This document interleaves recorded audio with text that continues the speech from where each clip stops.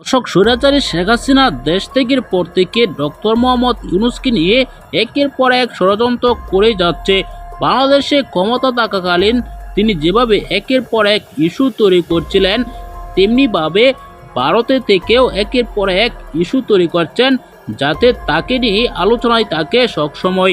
দর্শক, তিনি একের পর এক ফোনে কথা বলছেন আওয়ামী লীগ নেতাদের সাথে কথা বলে কখনো বলছেন আমি বর্ডারের কাছে আছি, কখনো বলছেন আমি পদত্যাগ করিনি।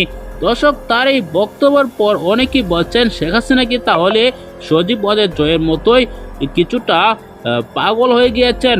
তার এই বক্তব্যের পর এরকমটাই ধারণা করছেন আওয়ামী লীগ, এমনকি অন্য অন্য দলের নেতা কর্মীরা। এমনকি জানা গিয়েছে শেখ হাসিনা যখন বলেছিলেন আমি দেশের কাছাকাছি আছি, যে কোনো সময় আমি বাংলাদেশে আসব, সেই কথা কেন বলেছিলেন তিনি, তা নিয়ে কিছু তথ্য পাওয়া গিয়েছে।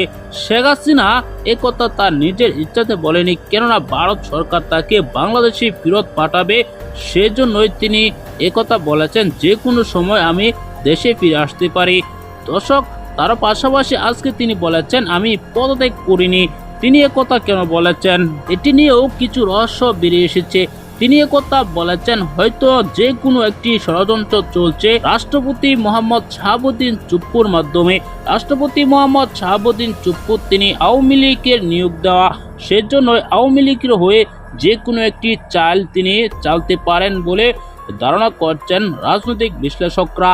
অতি শীঘ্রই রাষ্ট্রপতিকে পদত্যাগ করতে বাধ্য করা হবে, না হলে শেখ হাসিনাকে যে কোনো মুহূর্তে বাংলাদেশে আনবে রাষ্ট্রপতি। দর্শক, এসব বিষয় নিয়ে আপনার কি মতামত জানাবেন। পরবর্তী ভিডিও পাওয়ার জন্য চ্যানেলটিকে সাবস্ক্রাইব করে পাশে থাকা বেল বাটনটি অন করে দিবেন। ভিডিওতে একটি লাইক দিয়ে শেয়ার করে দিবেন, অন্যদেরকে দেখার সুযোগ করে দিবেন। আসসালামু আলাইকুম।